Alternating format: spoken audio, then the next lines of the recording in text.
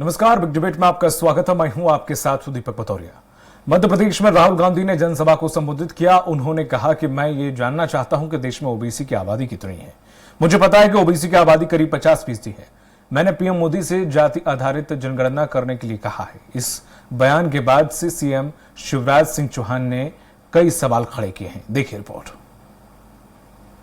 मध्य प्रदेश में 17 नवंबर को चुनाव होना है। सत्ता परिवर्तन की उम्मीद से कांग्रेस के दिग्गज नेता राज्य में लगातार चुनावी जनसभा को संबोधित कर रहे हैं। इसी कड़ी में जनसभा को संबोधित करते हुए राहुल गांधी ने कहा कि मैं यह जानना चाहता हूं कि देश में ओबीसी की आबादी कितनी है। मुझे पता है कि ओबीसी की आबादी करीब 50% है। मैंने पीएम मोदी से जाति आधारित जनगणना के लिए कहा। राहुल गांधी ने पीएम मोदी पर निशाना साधते हुए कहा कि पीएम मोदी ने एक भाषण में कहा था कि भारत में कोई जाति नहीं है, हिंदुस्तान में सिर्फ गरीब हैं। वही मैं दावा करता हूं कि मध्य प्रदेश में हमारी सरकार आने पर हम जाति आधारित जनगणना कराएंगे। हर किसी को पता होना चाहिए कि उनकी जनसंख्या कितनी है और कैसे है। बजट और सरकार पर उनका बहुत अधिकार है। कांग्रेस नेता ने आगे कहा, देश को सरकारी अफसर चलाते हैं। मध्य प्रदेश की सरकार को शिवराज सिंह चौहान और 53 अफसर चला रहे हैं। इन 53 अफसरों में से पिछड़े वर्ग का सिर्फ एक अफसर है।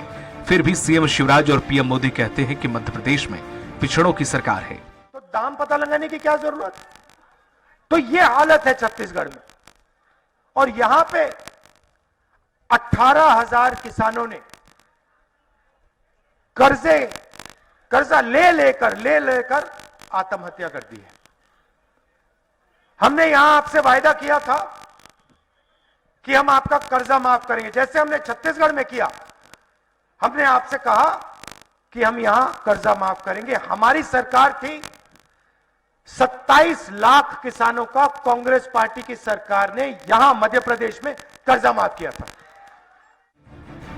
कांग्रेस सांसद ने ओबीसी आरक्षण को लेकर पीएम मोदी पर निशाना साधते हुए मोदी जी के पहले अपने भाषण में खुद को ओबीसी कहते थे, लेकिन जब से मैंने जातिगत जनगणना की बात की है तब से मोदी जी कहते हैं कि देश में कोई जाति नहीं है, सिर्फ गरीब है। राजस्थान के अशोक गहलोत सरकार ने भी जातिगत जनगणना करने की वकालत की। वहीं कांग्रेस पार्टी लगातार मोदी सरकार से नेशनल लेवल पर जातिगत जनगणना कराने की मांग करती आई है। मैंने बेरोजगारी की बात की। भाइयों और बहनों, रोजगार अरबपति नहीं देते हैं। रोजगार छोटे दुकानदार, स्मॉल और मीडियम बिजनेस चलाने वाले, हमारे किसान, ये लोग रोजगार देते हैं।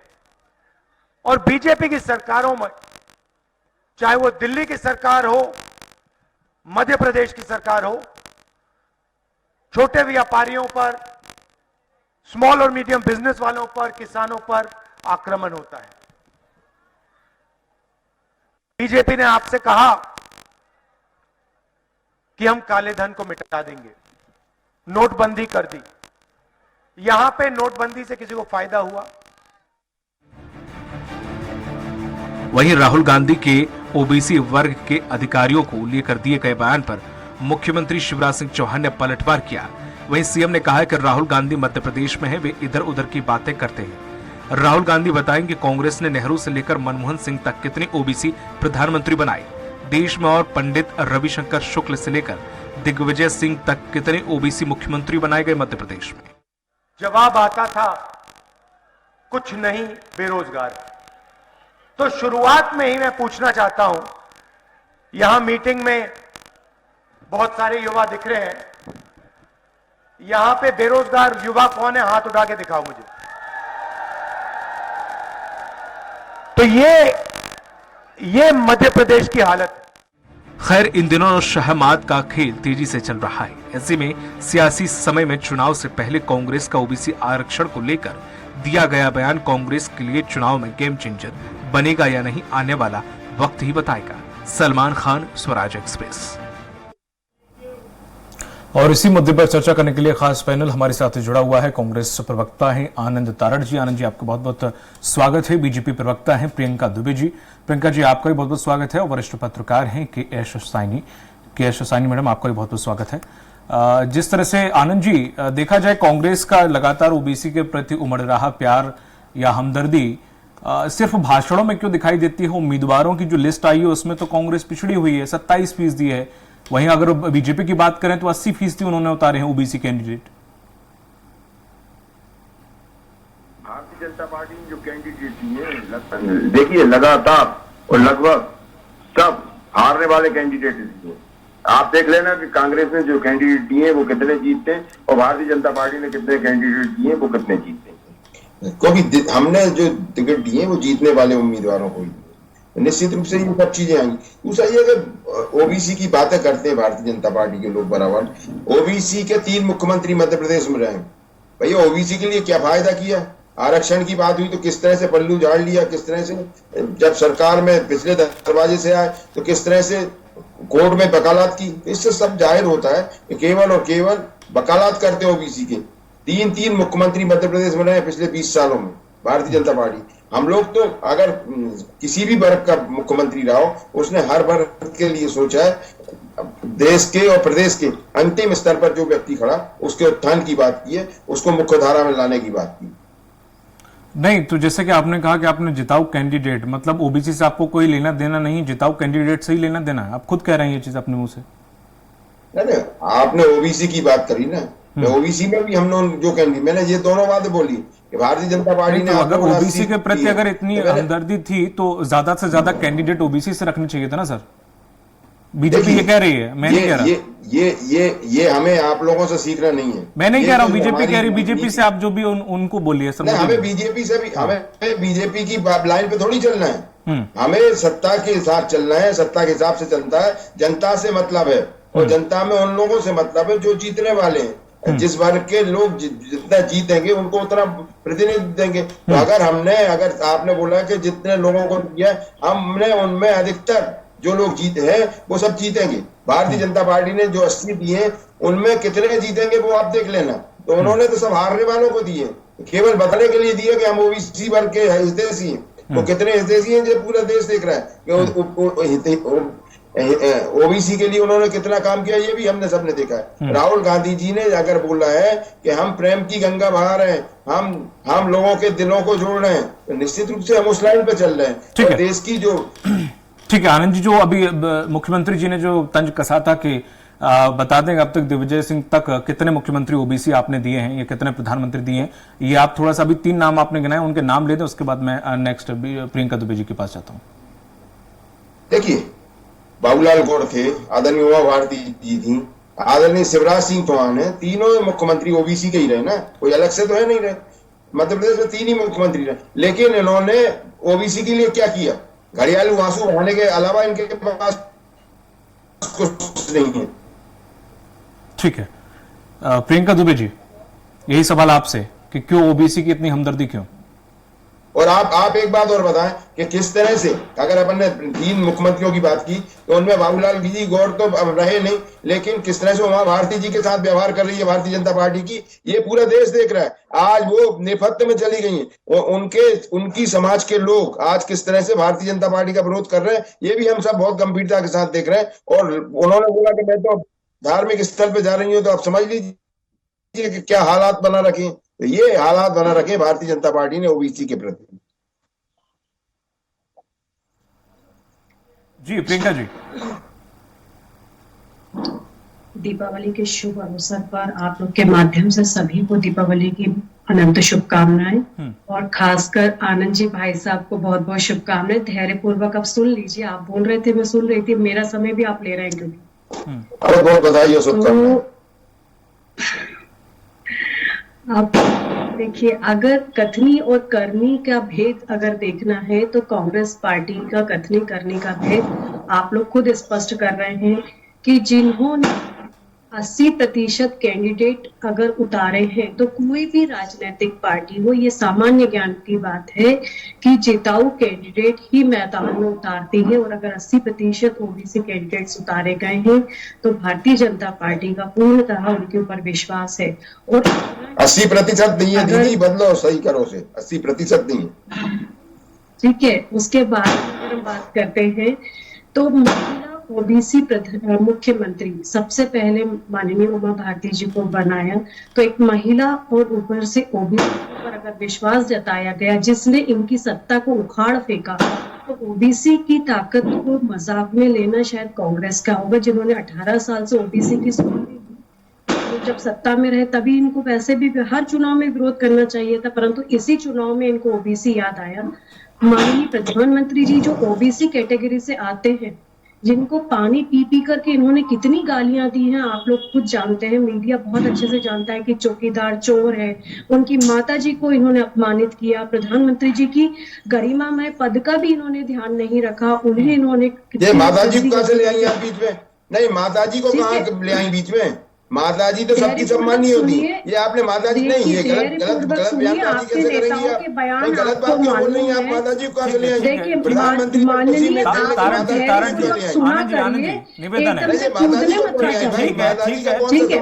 ठीक है, बोल दिया सर, डिबेट की तरह रहने, ठीक है, डिबेट की तरह रहने दीजिए। आनंद जी, ये आप लोगों की बड़ी समस्या है कि आप लोग फिश मार्केट बना देते हैं। माता जी का कौन सा अपमान किया कांग्रेस ने? ये बताइए आप, ये बताइए कि माता जी का कौन सा अपमान किया? आनंद जी, मैं बोल देता हूँ, माता जी को नहीं लाई बीच में, अब बात रखिए प्रियंका जी। हाँ जी, नहीं, आनंद जी बस, हम नहीं लाए थे, जो लाए थे उनको इतनी मिर्ची लग रही, लगने दीजिए। ठीक है, इसके बाद भी अगर हम बात करते हैं तो हैट्रिक इन्होंने खुद ने बताई कि ओबीसी मुख्यमंत्री की हैट्रिक हमने लगाई। तो अगर ओबीसी का सम्मान और उनकी ताकत को भारतीय जनता पार्टी ने नहीं समझा होता तो 3 मुख्यमंत्री लगातार ओबीसी कैटेगरी से नहीं आ रहे होते। उसके बाद भी अगर हम बात करते हैं तो 27% विधायक अगर हम बात करें और 29% सांसद अगर चयनित होकर के पहुंचे हैं तो उनके ऊपर विश्वास जताना और उनके समाज को, या अगर हम कहें उनके वर्ग को पूरी तरह से सम्मानित करने का काम अगर कथनी और करनी का अगर भेद को मिटाते हुए अगर पूर्णतः धरातल पे उतारा है तो भारतीय जनता पार्टी ने उतारा है। इसके बाद भी अगर हम बात करते हैं 1 मिनट, तो मैं आप लोग के माध्यम से ही पूछना चाहूंगी कि श्री सीताराम केसरी जी के साथ में जो अभद्र व्यवहार, यहाँ तक कि उनकी अंतिम यात्रा और उनके अंतिम क्षणों में जो कार्यालय उनके साथ व्यवहार किया गया था, इसके ऊपर कांग्रेस पार्टी कभी चर्चा नहीं करना चाहती है कि सीताराम जी की केसरी जी के योगदान को इन्होंने किस तरीके से भुला दिया। यहाँ तक कि जब उनकी अंतिम यात्रा हुई और कार्यालय में उनको स्थान ना दे करके जिस तरीके से ओबीसी का अपमान कांग्रेस ने किया है, ओबीसी वर्ग ने देखा है और उस चीज को समझा है। इसका ओबीसी ही नहीं, सभी वर्गों ने इनकी उपेक्षा कर दी है और कांग्रेस पार्टी को पूरी तरह से दरकिनार कर दिया है। ठीक है, केशव मैडम, जिस तरह से आनंद जी का जो स्टेटमेंट था कि हमने जिताऊ कैंडिडेट उतारे हैं और उन्होंने बड़ा अजीब सा जवाब दिया, इसके उम्मीद नहीं थी। उन्होंने कहा जिताऊ जिताए, ओबीसी से कोई लेना देना नहीं है, हमने जिताऊ कैंडिडेट उतारे। अब यही ये कब बोला है? ये कब बोला ओबीसी से लेना देना नहीं है? सर सुन, मैं बात तो रख लूं पूरी, आप पूछ लीजिए सर, मुझे पूरी बात करने देंगे सर, मुझे पूरी बात करने देंगे। मैंने पूरा सवाल रख लिया क्या सर? ये तो आप पूछ लो फिर सवाल। लेकिन आपने ये आपने बोला ना। अरे सर, मैं सुन तो लीजिए, मैं सर सुन तो लीजिए, पूरा क्वेश्चन मेरा सुन लीजिए ना सर पहले। नहीं, वो तो सही है, लेकिन आप ये बोल रहे हैं अब आप उन्हें प्रियंका दुबे जी को भी कर रहे हैं, अब मुझे भी टोक रहे हैं, तो फिर एक काम कर लो सर, फिर आप टोका टोकी कर लो फिर सर। मुझे सवाल तो पूछने दीजिए ना, बाद में आपको लगे आप रख लीजिए अपनी बात। आप गलत बोल रहे हैं ना। आपको समय दिया ना सर मैंने, जब आपकी बारी आए आप रख लीजिएगा बात। अब मुझे सवाल करने दे दीजिए मैडम। तो अब उन्होंने जो आंसर दिया कि हमने जिताऊ कैंडिडेट उतारे, चलिए मैं सुधार देता हूं, आपके अनुसार कर देता हूं, ठीक है। तो उन्होंने कहा कि जिताऊ कैंडिडेट है हमारी। अब यही चीज अगर बीजेपी करती तो ये कहते ओबीसी उम्मीदवारों को नहीं दिया, आखिर ऐसी क्या वजह रही? बड़ी हमदर्दी दिखाते पर ओबीसी को नहीं दिया, बल्कि ओबीसी वालों को प्रतिशत कांग्रेस से ज्यादा है उम्मीदवारों का। ये जो आनंद जी ने जो कहा, दीपक भाई, इनका कहना है कि जो हमारे जीतने वाले उम्मीदवारों को हमने टिकट दी है, तो मेरा मानना है कि हर पार्टी जीतने वाले कैंडिडेट दे, पर बात ये होती है कि आपने तैयार किया कि नहीं किया, आपने उनको आगे बढ़ने दिया कि नहीं दिया। क्यों नहीं है आपके पार्टी में ओबीसी? क्यों नहीं है? आपको इस तरह के कैंडिडेट क्यों नहीं मिल रहे हैं? क्या देश में प्रदेश में कमी है ओबीसी की? जो परसेंटेज वाइज जितने हमारे पॉपुलेशन है उसके उतने टैलेंटेड लोग भी निकल सकते हैं, और आपके पार्टी में ओबीसी वर्कर्स हैं, लीडर्स हैं, तो आपने तैयार नहीं किया उनको, ना उनको आगे बढ़ने का मौका दिया। इससे तो यही जाहिर होता है।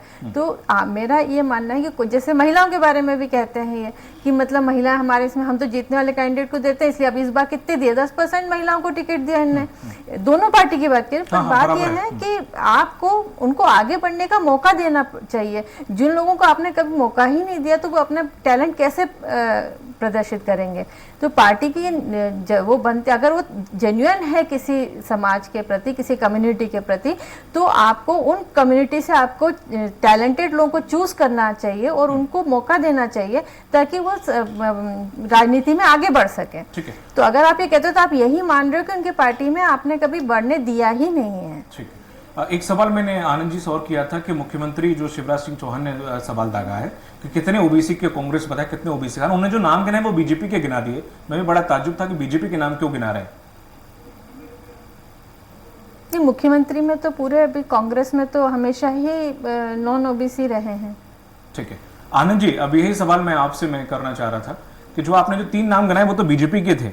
हालांकि मैं रीचेक कर रहा था कि आप बीजेपी से हैं कांग्रेस से, क्योंकि आपने नाम जिस तरह से गिनाए तो उस तरह लग रहा था जैसे बीजेपी से। वो जितने भी जो उन्होंने सवाल किया आपसे कि वो आखिर क्यों कोई ओबीसी मुख्यमंत्री या प्रधानमंत्री क्यों नहीं रहा, मैं उसका सवाल पूछ रहा हूं आपसे कि मध्य प्रदेश में ऐसा कोई रहा है? आपने जो नाम गिनाए वो तो बीजेपी के थे। क्या अपन तो ये बताएं कि अपन ओबीसी पे बात कर रहे हैं कि राहुल गांधी के उस पर बात कर रहे हैं?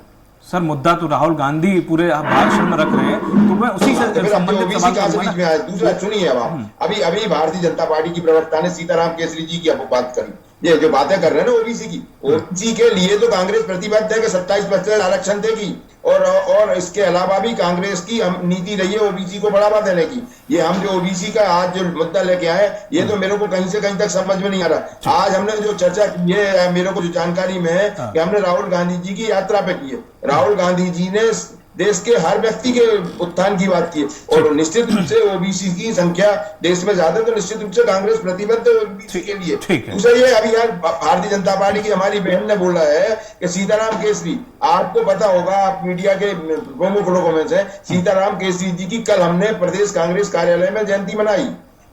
मौलाना अब्दुल कलाम आजाद की बनाई, आदरणीय सीताराम केसरी जी की बनाई और हमारे एक पूर्व मंत्री आदरणीय हरवंश सिंह जी की बनाई। तो ये हमारे यहाँ ये सब चीजें नहीं है जो भारतीय जनता पार्टी के लोग कहते हैं। ये बार बार ओबीसी के नाम पर रोना रोते हैं। तो मैं तो ये क्या पूछना चाहता हूँ, आपने मुख्यमंत्री जो बना है, आज किस तरह से आप देखिए कि आदरणीय साध्वी जी के साथ क्या व्यवहार हो रहा है। बाबूलाल गौर जी तो अब है नहीं है। अरे शिवराज सिंह चौहान जो आज मुख्यमंत्री हैं, उनका चेहरा कहाँ चला गया? आज मुख्यमंत्री प्रधानमंत्री के नाम पर आज चुनाव लड़ा जा रहा है। निश्चित रूप से प्रधानमंत्री भी ओबीसी के वर्ग के हैं, लेकिन वो तो ये कह रहे हैं कि जनगणना के नाम पर जब राहुल जी ने बोला कि देश में जनगणना होना चाहिए, तो जनगणना में जातिगत जनगणना होनी चाहिए, तो आज प्रधानमंत्री जी ने अब वो बंद कर दिया बोलना कि हम ओबीसी वर्ग के हैं। तो ये सब चीजें दिखाती हैं कि किस तरह से हम ओबीसी से पल्ला झाड़ रहे हैं। अरे अगर ऐसी बात थी तो उन्हें बोलना चाहिए, बोल के ये सब कुछ। लेकिन जो सीताराम केसरी जी की बात आ रही है, जो कांग्रेस के ऊपर बार बार इस तरह के आरोप लगाते हैं, आक्षेप लगाते हैं, बड़ी शर्मनाक बात है। अरे हमने तो कल हमारे ऑफिस में, कार्यालय में उनकी जयंती बनाई है, तो ये किस तरह के आरोप और प्रत्यारोप करते? ये केवल और केवल ये भारतीय जनता पार्टी के ये सब केवल और केवल बचने की बात। दूसरा एक बात और मैं कहना चाहता हूँ कि आज 20 साल की सरकार है, विकास से बचना चाहते हैं और इधर उधर के मुद्दे लेके आते हैं। निश्चित रूप से शर्म ना करें, विकास की बात करें। लेकिन ये मध्य प्रदेश की भारतीय जनता पार्टी तो 50% की पार्टी रही है और जो धर्म के नाम पर राजनीति करती है। आप देख लीजिए उज्जैन में किस तरह से ऋषि मुनियों की मूर्तियों को किस तरह से हवा के झोंके में उड़ गई है, तो वहां तो 80% का घाला हुआ है। तो ये केवल और केवल सरकार कमीशन की सरकार है। आज अगर रोड बनाए उन्होंने तो रोड ढाए गए, उन्होंने अगर कोई बांध बनाया तो बांध टूट गए। तो ये तो भारतीय जनता पार्टी का चरित्र हमें दिख रहा है। आनंद जी हम आप बिल्कुल विकास की बात होनी चाहिए, लेकिन हम वही बातें उठा रहे हैं जो कि राहुल गांधी हर एक सभा में 2 बातें जरूर रखते हैं। वो ये है कि जातिगत जनगणना और ओबीसी, और दूसरी है कि पूरे 90 जो सचिव चला रहे हैं, सेक्रेटरी चला रहे हैं पूरे देश को, उसमें से सिर्फ 3 हैं ओबीसी। ये जो 2 मुद्दे होते हैं, आप भी जानते हैं, किसी से छुपा नहीं कि वो जो 2 मुद्दे रखते ही रखते हैं। और उन्होंने ये सितंबर में जो लोकसभा में, संसद में भी ये मुद्दा उठाया था, तो अमित शाह जी ने जो जवाब दिया था, मैं भी थोड़ा सा मैं बता देता हूं कि जो उन्होंने जो आंकड़े दिए थे कि 29 मंत्री उनके ओबीसी हैं, साथ ही साथ एमएलए हैं 365 और साथ ही साथ 27%, साथ ही एमएलसी 163 में से 65 यानी कि 40%, जो उन्होंने आंकड़े रखे थे, जो उन्होंने बताया था ना कि जिस तरह से कि इतने सेक्रेटरी चलाते हैं 90, जिसमें से 3 ओबीसी हैं। तो उन्होंने ये कहा कि मुझे हास्यास्पद लगता है ये पूरा कि सेक्रेटरी देश चलाते हैं। अभी तक तो मैंने सिर्फ इतना सुना था कि सांसद और विधायक देश चलाते हैं या प्रधानमंत्री देश चलाते हैं। देखिए जी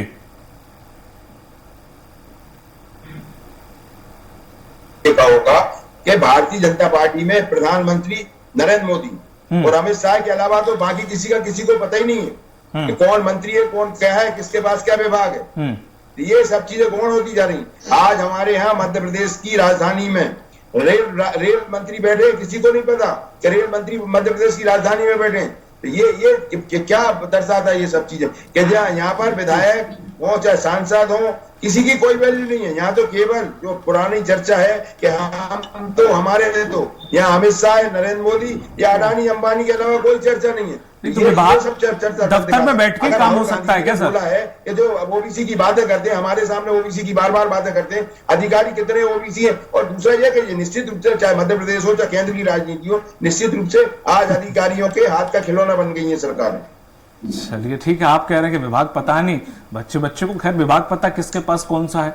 अब ये आप कह रहे हैं कि दफ्तर में अरे काम हो सकता है, ये भी अलग बात अपन इसी पे डिबेट कर लेते। अगर आप बोल रहे हैं बच्चे को बता दो, अपन इसी पे डिबेट कर लेते और पूछ लेते। और नहीं तो आप अपने सर इसमें टीम भेजें। इसमें मुख्यमंत्री का इसमें इतनी उत्तेजना वाली बात क्या है सर? बच्चा सर इसमें इतनी उत्तेजना क्यों दिखा रहे हैं सर? कोई दिक्कत नहीं, ठीक है, मैंने सवाल कर लिया, आपने आंसर दे दिया, मैं भी तो बड़े प्यार से दे रहा हूँ सर, आप भी दे दीजिए, कोई दिक्कत नहीं। ठीक है, बीजेपी प्रवक्ता के पास। मैडम, जिस तरह से देखा जाए, आप लगातार ये कहते रहे हैं प्रियंका जी कि कितने ओबीसी मुख्यमंत्री हैं। राहुल गांधी ने राजस्थान में एक प्रेस कॉन्फ्रेंस की थी, उन्होंने कहा कि 7 राज्यों में बेसिकली उनकी, हालांकि कुछ राज्यों में गठबंधन की सरकार है, जिसमें से 4 में से 3 उनके जो ओबीसी मुख्यमंत्री हैं। तो आप तो कहते हो कि मुख्यमंत्री है नहीं, बल्कि उन्होंने गिना दी कि 4 में से 3 तो उनका ओबीसी मुख्यमंत्री है। तो मध्य प्रदेश में भी इतने साल तक उन्होंने शासन किया, यहाँ पर भी नियुक्ति कर देते जब तो गठबंधन की सरकार नहीं थी, तो किसने रोका था ये? इसके अलावा आज अगर हम बात करें, जब मंडल कमीशन की रिपोर्ट आई थी, उसके अगेंस्ट में सुप्रीम कोर्ट में पिटीशन किसने लगाया है? आज आनंद भाई साहब इतने बौखला रहे हैं, तो मंच पे बार बार आरक्षण की बात करना और फिर कोर्ट के माध्यम से न्यायालय में अवरोध पैदा करना, ये क्या है? रीति नीति से इतना, मतलब अपनी कथनी करने से ऐसा कितना भेद क्यों रखती है कांग्रेस? और तो छोड़िए, अगर ये लोग इतनी ही चिंता किसी भी वर्ग की करते हैं, चाहे वो महिला आरक्षण पे बात कर लीजिए, चाहे ओबीसी आरक्षण पे बात कर लीजिए, चाहे दलितों की बात कर लीजिए या बच्चों के हितों की बात कर लीजिए, इतने लंबे समय तक सत्तारूढ़ रहे हैं ये लोग। केंद्र की बात करें चाहे प्रदेश की बात करें, तो कल्याण करने के लिए अपना खुद का जज्बा होना चाहिए। ठीक है, मैं संक्षेप में, समय कम है। लोग भ्रमित है ये लोग करना कुछ नहीं चाहते, बस इनकी जो बौखलाहट है। ठीक है, बाकी की तो छोड़िए, अभी प्रवक्ता के तौर पे भी आनंद भाई साहब जिस तरीके से परेशान हो रहे हैं, हम तो कहते हैं यहाँ हम पार्टी की बात करने बैठे हैं, प्रवक्ता के तौर पे किसी भी चीज पे चर्चा कर लीजिए। ठीक है, समय ज्यादा नहीं है, मैं साइनी मैडम के पास जाऊंगा। इससे क्या स्पष्ट होना ये बताइए। ठीक है, चलिए। इस बौखलाहट से इनकी हार सुनिश्चित है, ये दिखता है, जनता भी इस चीज को समझ चुकी है और ये लोग मान चुके हैं कि प्रियंका जी चूंकि समय लगभग समाप्ति की ओर है, इसलिए मैं अब के साइनी मैडम के पास जाऊंगा। मैडम, जिस तरह से देखा जाए ओबीसी के बड़ा फैक्टर मैटर करता है, इसीलिए हम शुरुआत से देख रहे हैं कि ओबीसी को साधने के चाहे दोनों ही पार्टियां लगी हुई हैं, चाहे वो जनप्रतिनिधि को लेकर हो, कैंडिडेट्स को लेकर हो, चाहे वो समीकरणों को लेकर हो, हर एंगल से, चाहे वो कोई भी योजना को लेकर हो, ओबीसी फैक्टर। और इसी बात का कहीं ना कहीं बार बार दुखती रथ पे कांग्रेस हाथ रखती है, जो जातिगत जनगणना, जो कि बीजेपी कहीं ना कहीं से थोड़ा सा भागने की कोशिश करती है, और वो उन्होंने यही पकड़ रखा है, जो कि लगभग हर सभा में इस चीज का जिक्र होता है।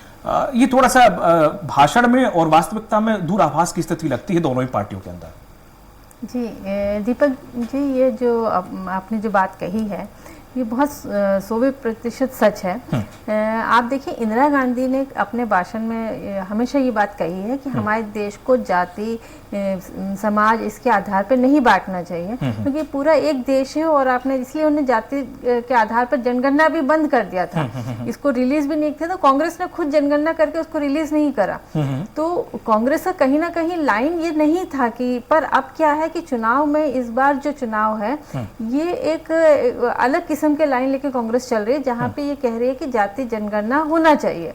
और इसका एक बहुत बड़ा वजह है क्योंकि कांग्रेस को लगता है कि हिंदू वोट जो है यूनाइट हो रहा है, तो कहीं ना कहीं उसका नुकसान उनको हो सकता है, तो वो वोट को डिवाइड करने की कोशिश है, तो एक तरह से हिंदू एकजुट ना हो। तो मेरा ये कहना है कि राजनीतिक लिए सिर्फ आपको ये चीजें नहीं करनी चाहिए। तो साफ साफ ये चीज दिखाई देता है क्योंकि कांग्रेस का लाइन ये पहले से भी ये नहीं था कि जातिगत आधार पे जनगणना भी नहीं है, जातिगत आधार पे राजनीति भी नहीं की जा सकती है।